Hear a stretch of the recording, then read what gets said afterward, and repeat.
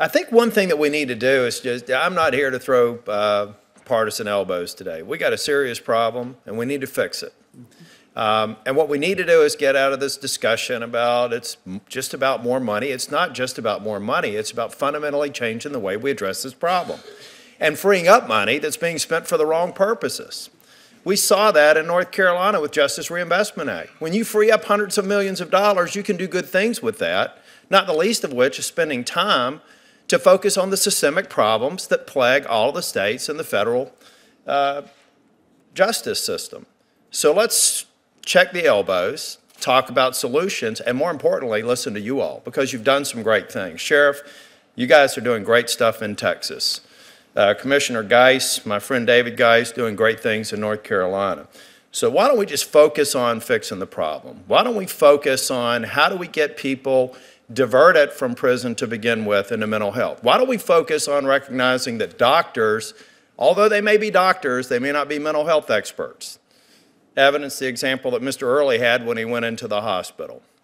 Why don't we recognize the chronic problem with county hospitals where you have police officers standing outside an emergency room supervising someone who clearly has a mental health problem with none of the resources there? I've been to county hospitals across the state and I have seen dozens and dozens of emergency rooms taken up and hospital beds taken up by people who are simply parked there and not getting care. So let's check the partisan elbows, talk about producing solutions, improve what we all want to do is have every single case end up being the case that happened with Mr. Early. We do that, then we're making progress. David, or Commissioner, it's going to be hard for me to call you Commissioner Geis, but I will for the purposes of the committee.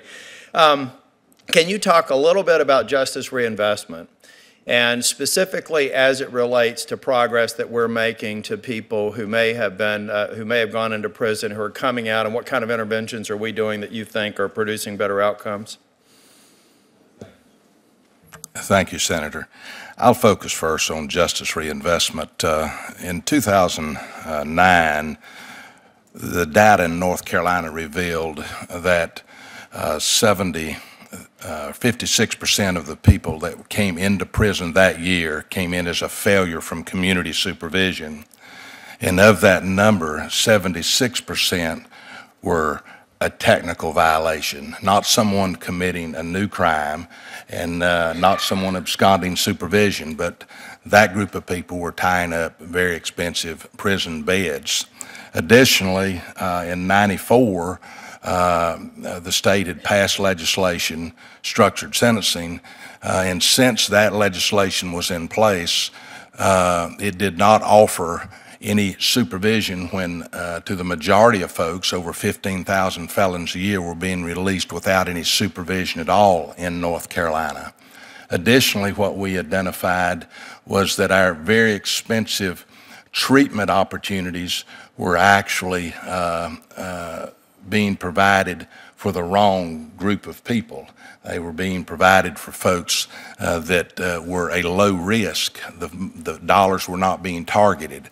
So what Justice Reinvestment actually did was focus those treatment dollars towards the folks that needed the treatment, to ensure also that we put measures in place to evaluate how we were spending the dollars and to ensure that we were getting the people in the seat and when they were being paid, the treatment was being paid for.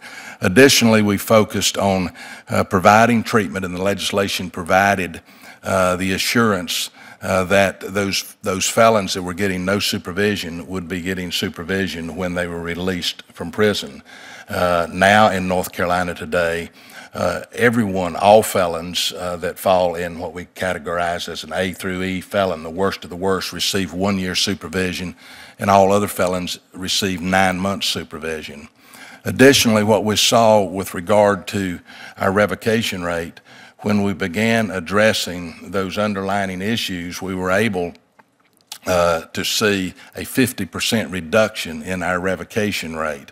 We created something called technical violation centers and gave the judges another tool that they could use rather than putting someone back in prison, could send these technical violators for a 90-day placement in a program that provided treatment and provided programming at the highest level. In fact, we focused that program on cognitive behavior intervention, and that nationally has been something that we have found that has worked and has been very successful.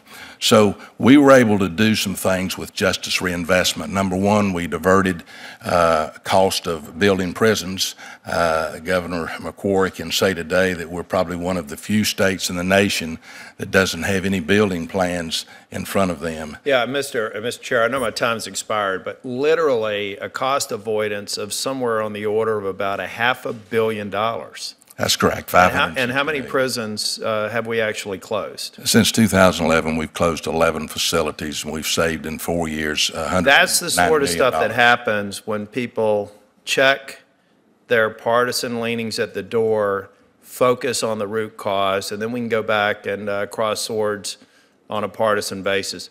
I want to see progress made in my time as senator.